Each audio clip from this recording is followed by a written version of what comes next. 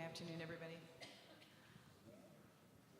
Welcome to day 2 of Heeding the Voices for Justice, a convention to build power. Thank you all for joining us today. I wanted to start off by saying that we heard from the stage last night a couple of references to a ceasefire for Gaza, the need for the ceasefire, thank you, the need for the ceasefire to happen.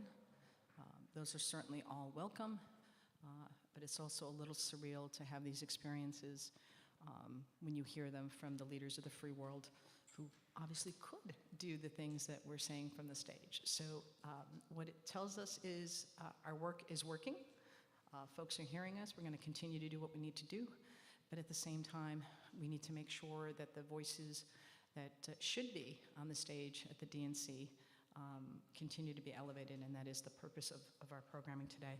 This is going to be the shortest introduction in history because the point here is to hear it directly from the Arab Americans on the stage, all of whom are of Palestinian descent, all of whom, like all of us, are certainly impacted by what's been happening since October 7th and the unfolding genocide in Gaza, but also impacted in other ways directly because we're talking about our own families in this situation. So the introductions and their bios are all on the website, progressivesforpalestine.com. That's where it's live streaming. Welcome to those watching us that way. I'm going to turn it over first to Rania Batrice, and then we'll hear from each of you in order. But thank you so much for being with us today and for everything that you all do. Rania. Thank you so much, Maya, and to the Arab American Institute for hosting us all, and Rainbow Push Coalition for having us here. But I'm Rania Batrice. I've worked at the intersection of politics and policy and advocacy and coalition building for over 24 years now, and I'm going to be talking a little bit about Palestinian voices within the Democratic Party. As I said, 24-year veteran, lifelong Democrat. I feel like in so many ways I helped to build this party, and yet still to this day, and for as many years as I've been in this industry, there is a kind of this energy of you can stay in the room because you're the right kind of person, or it's all very dehumanizing, absurd language. And I think everybody has probably heard the term or the phrase progressive but for Palestine. We see it everywhere, right? I mean, up and down the ticket, across different issue areas. In fact, I got into a bit of a spat recently with somebody who was getting into a spat with a progressive climate organization over why they were speaking about Palestine. So it's these kinds of things. And just so we're very clear, Palestine is a climate issue too, in case anybody wasn't aware. I think everybody knows, but here we go. The reality is, as I mentioned, there is this very much this kind of like, oh, you can stay, you're an okay kind. But let me tell you that I've lost clients because I'm Palestinian. Progressive clients who carry the banner, who frankly, some of whom have wrapped themselves in our flag when it was, our being the Palestinian flag, apologies, when it was convenient for them. But the moment it became inconvenient, I became inconvenient. Again, I will say, I helped to build this party. And how disposable we still are is gutting. And I'm gonna name it, I'm gonna call it what it is, because that is the reality that we're living in. Now, I say that, and I also feel the need to say that there has been progress. Progress on the heels of genocide, of course, and apartheid, and some of the most atrocious human rights abuses in modern history. But we're having conversations today that we could not have a year ago. I shouldn't say could not. We would not have a year ago. And I'm just going to say from right here, right now, in public, and whoever's listening and beyond, my goal is to make AIPAC and DMFI the NRA. Anybody who's been around long enough, thank you, whoever that was, remembers that there was once upon a time when Democrats took money from the NRA. It was perfectly acceptable. Today, with very, very, very few exceptions, it's disqualifying. If you take money from the NRA, it is disqualifying as a Democrat. That is not the case with AIPAC and DMFI, as we continue. Just recently, our amazing brother and sister, Jamal Bowman and Cori Bush, got taken out by them. And I was just talking to somebody about how absolutely ridiculous it is how AIPAC and DMFI will talk to their donors, who, by the way, are majority far-right MAGA evangelical Christians that are funding these entities, an entity that is lobbying on the behalf of a foreign government. To their donors, they will talk about Israel-Palestine. None of their paid media talks about Israel-Palestine. Why is that? Because it's not just that it's ridiculously inhumane and disgusting, it's bad politics. It's really bad politics.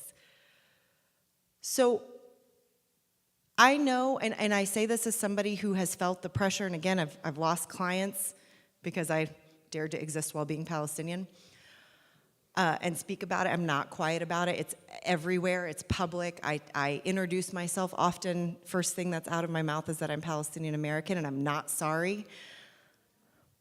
But it is still, we're in a place where I am, speaking for myself, I am done. I'm done being scared into submission. I am done being silenced. I'm done apologizing. I'm done. We are all collectively watching the atrocities that have been happening over the last 10 months.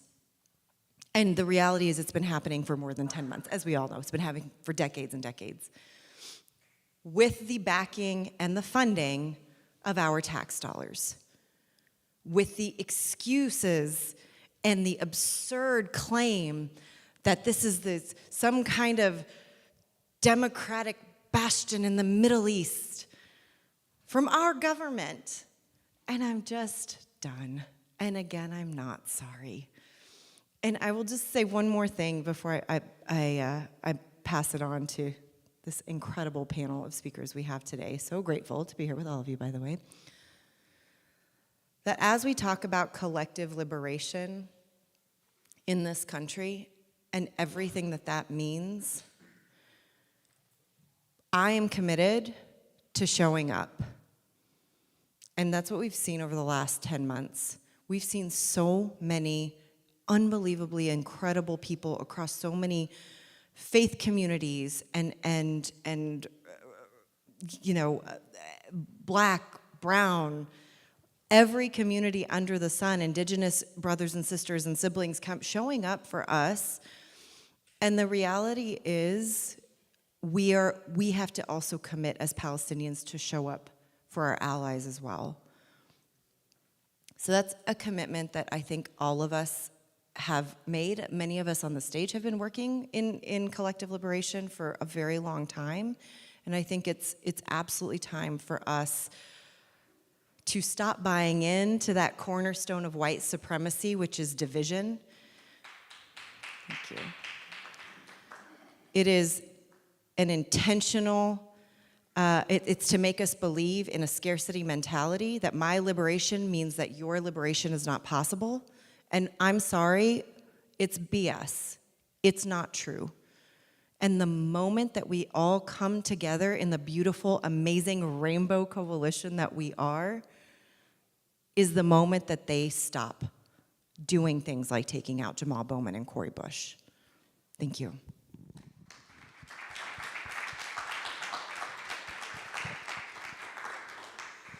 Thank you, Rania.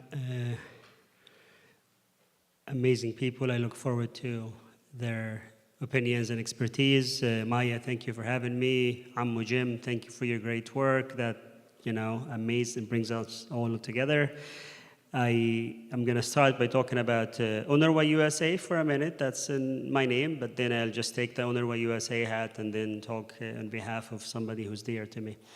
So UNRWA USA is the largest humanitarian actor inside UNRWA is the largest humanitarian actor inside Gaza. I work for UNRWA USA, the American charity that supports the work. You all know, you've all seen the vilification of UNRWA, the humanitarian actor that literally is saving lives in the front line. You've seen the dehumanization of UNRWA staff. You've seen the 70% of the schools are destroyed. We could be here until 5 p.m. if we want to quote statistics, but this is just an example of how the Palestinians are being dehumanized. You've seen the whole world go crazy when, sadly, the tragic events of the World Central Kitchen were killed, Johnny and Peter, and the message the word sent was like, hey, their lives is more valuable than Ahmed and Aisha and the people, the 207 UNRWA staff that were killed. So that's part of that, if they don't look like me, then I don't care about them. And sadly, the media plays to that narrative.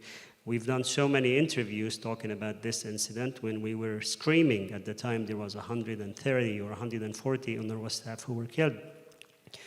And all of a sudden, hey, like Johnny from Poland is definitely should not be killed, but the person at UNRWA who was driving the delivery of shipment or food, maybe they have something, and that plays to the narrative.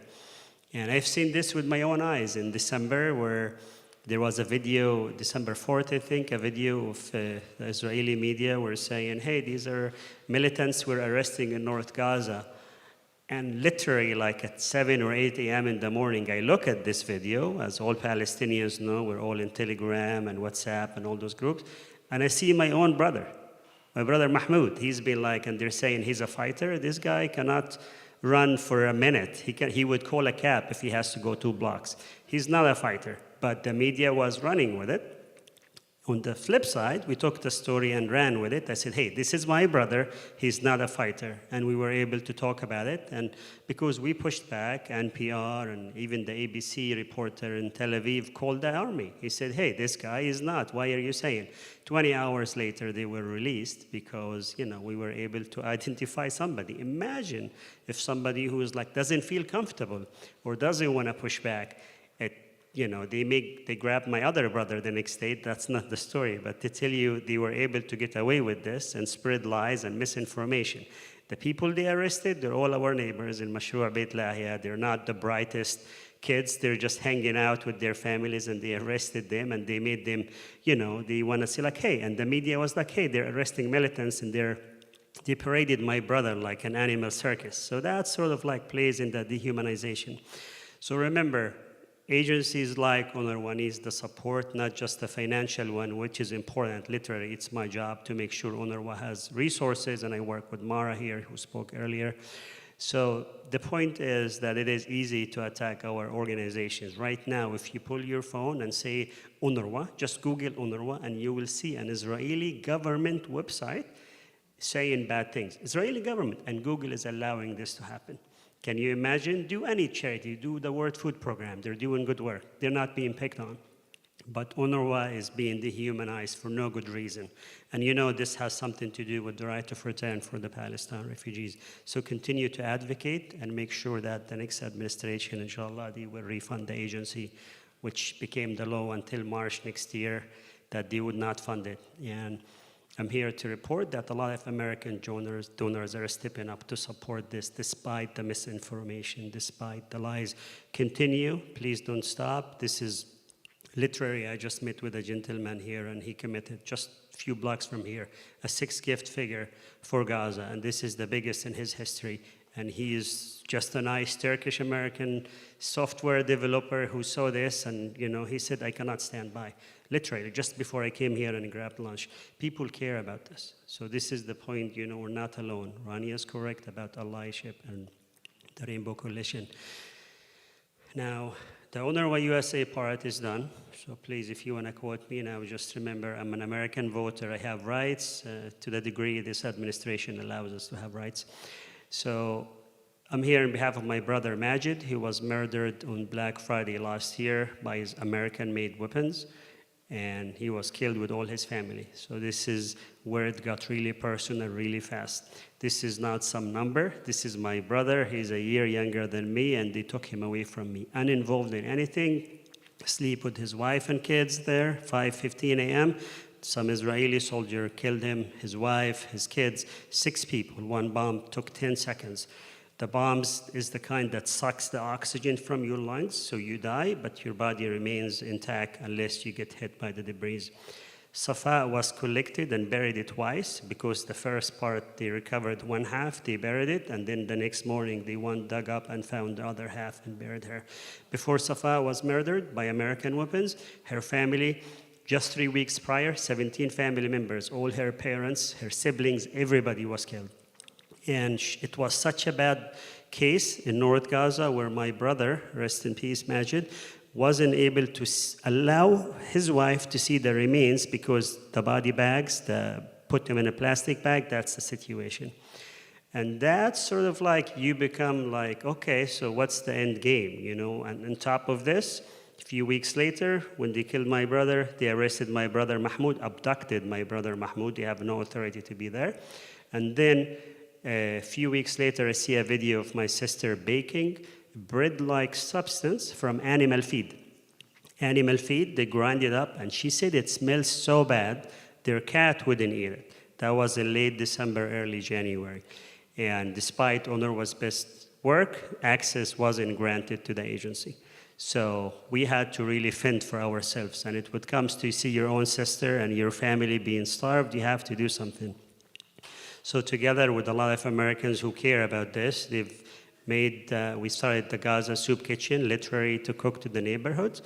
And it now became one of GoFundMe's most ever successful fundraising campaigns that reached $1.5 million ever just in GoFundMe. And this is to tell you, we just told the stories. I was telling my friend here that I never share the donation link.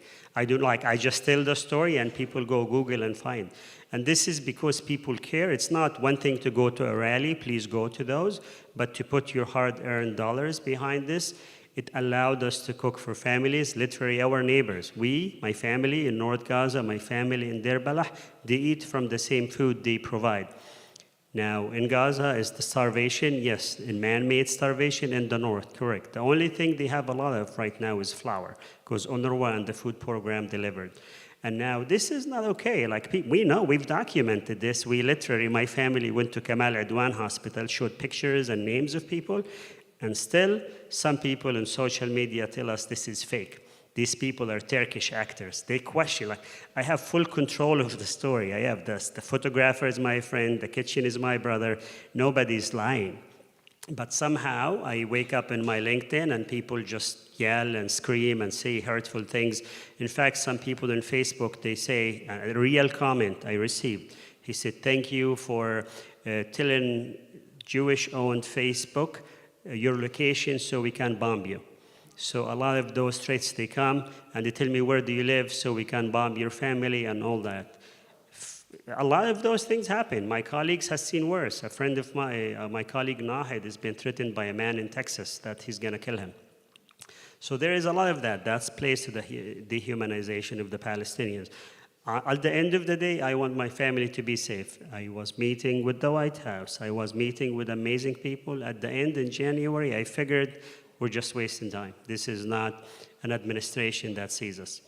And unfortunately, we continue to engage with anybody who would listen, but we need to end the dehumanization. We tell a lot of stories where we show relatable Palestinian kids. All of a sudden, it's not just a soup kitchen, it's a community place where people bring their roller skates to be taken pictures of, because that's the only evidence that they may have existed. So that's sort of and they love to see this in addition to the food we're bringing. I pray to God Almighty, whoever we pray to or don't pray to keep him safe. This is serious. 50 meters away this morning, and I've shared this with my boss, 50 meters away, a bomb in Deir al-Balah took out a dozen Palestinian family. And this is 50 meters away from my own nephews and nieces that are scooping zucchini, kusa today. So death is all around. In the north, they're being starved. My mom's health is deteriorating because of diet. My father is not able to do an eye surgery because come on, how many doctors do you think Gaza has? This is how many professors, there is nobody to do a lot of this. Doctors are just doing things. Literally an operation for the brain, they conducted it in a flashlight, in a cell phone light. You think, we're heroes and braves and resilience, but this is too much. This is 10 months. 10 months out of a can is not a diet. The skin diseases are real. This is, the media moved on. They want to only talk about the election and they do not want to, but people are still being killed. They're not starving, they're being starved. This is all man-made. This is not an earthquake. I'll stop there and pass the mic over to my friend Layla here. Thank you.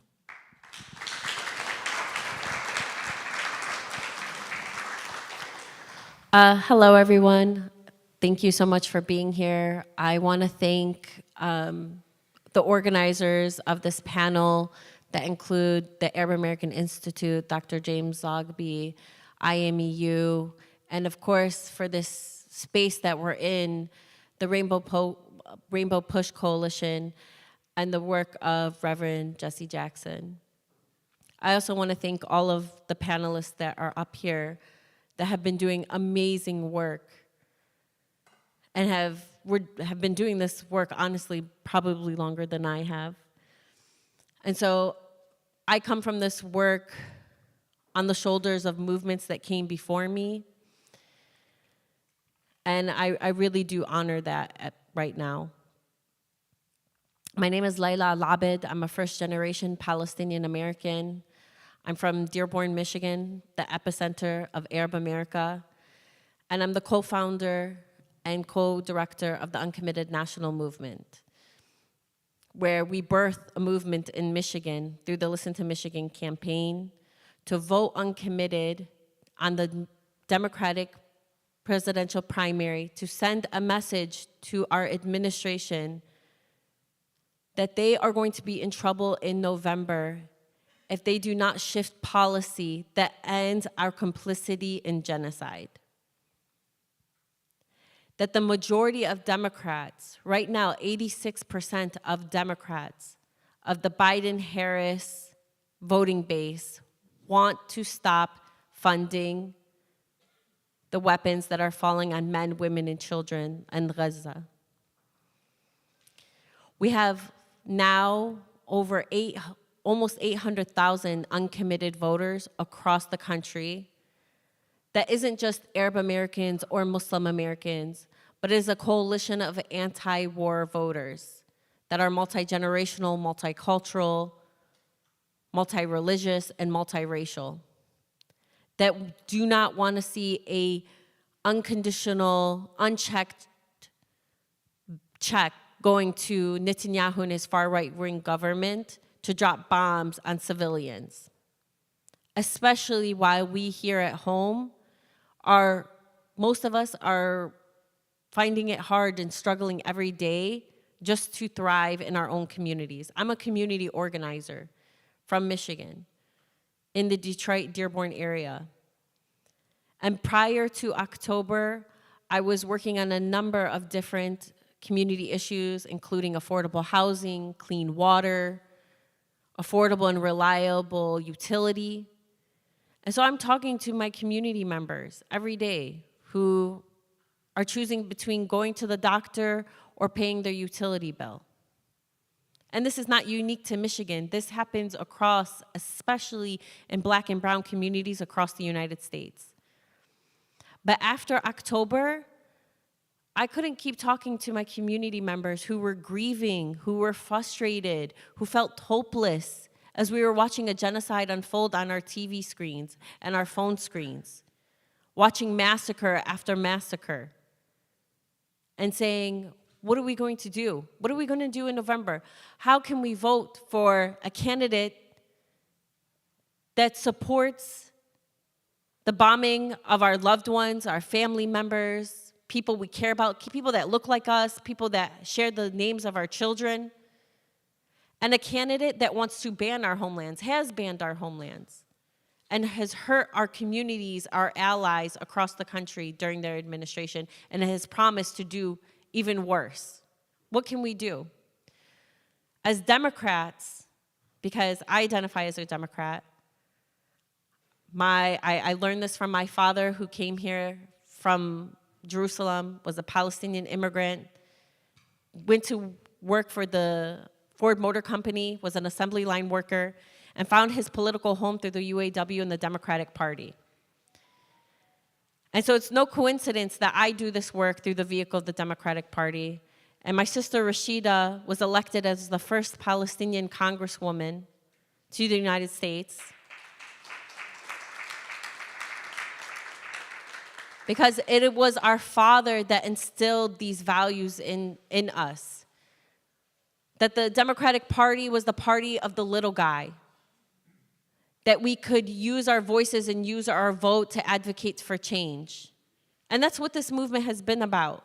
The uncommitted movement has been in the same framework as the Civil Rights Movement, Fannie Lou Hamer, and the Mississippi Freedom Party. To bear witness to the most powerful political party in the world, that our US policy decisions have an impact, not just abroad, but here at home. As a Palestinian American who's raising Palestinian children, and I've been watching, just as the rest of us, this genocide unfold, and not just seeing the impact that it has on my brothers and sisters in Palestine, but also the impact that I've seen it have here at home with the rise of anti-Semitism, Islamophobia, anti-Arab hate. Where is the condemnation? Why are we not seen as human as everybody else? Right here in Illinois, Wadia Al-Fiyumi was stabbed over 26 times for being Palestinian. The 3 men from Vermont, one of who is going to be paralyzed for the rest of his life for being Palestinian and wearing a keffiyeh. The mother from Texas who had to protect her children from drowning from a racist spewing anti-Arab hate and Islamophobia. The reason why this hate is emboldened here in the United States is because we embolden someone like Netanyahu, a far-right leader in Israel, Israel's most far-right government that they have ever had. We have emboldened him through our US policy decisions to drop bombs, thousands of bombs on men, women, and children. Uncommitted hosted a press conference just this morning with humanitarian aid workers and doctors who have been on the front lines in Gaza that have bared witness to our US policy decisions. And I can't tell you, in that hour press conference, you couldn't hold back the tears, in all honesty. And I'm somebody who cries very easily, but it was very hard to hear the unimaginable atrocities that are happening. I hope that those voices that were at that press conference reached the decision makers and the policy makers. We have 30 uncommitted delegates here at the Democratic National Convention representing the majority of Democrats that want to see a permanent and immediate ceasefire and conditions on weapons funding to Israel. We are not asking for anything that is controversial. We are not any different than most movements, from gay marriage to climate justice, to education, to reproductive rights. We are asking that our US policy decisions reflect the majority of Democrats and the majority of voters who want to see our core values, our stated core values, imitate our policies. And that is not happening right now. We are not aligned. In fact, what we are doing with our US policy decision in Gaza is we're breaking our own law. What we're doing right now is illegal. It is against American law and is it against international law. And at least we could do as a country is uphold our own justice system. That is the very least we could do.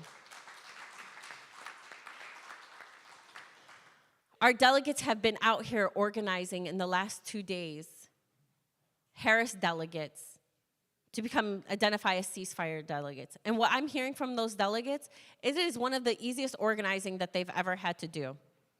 Because the majority of, like I said, the majority of Democrats, including Harris delegates, do not want to see our tax dollars being used to kill civilians. And so this is not something that is controversial. But I know, I am committed to this work, pun intended. This doesn't end. This is one milestone in our mountaintop to Palestinian liberation, and a liberated Palestine is our North Star. This work does not end here at the DNC. It's not going to end in November. We are going to keep pushing our decision makers and our policy makers to not only do the moral thing and the right thing, but to align with the majority of voters here in the United States. Before I kick it off to the next speaker, we have been advocating to the DNC as the uncommitted movement. We have DNC demands and we have movement demands. Our movement demands is that President Biden and Vice President Harris adopt the demands of our movement that are calling for a change in course and a policy shift that ends the killing of Palestinians and the occupation of Palestinians. And we need that now before January. We cannot afford to have another 40,000 plus Palestinians murdered with our tax dollars.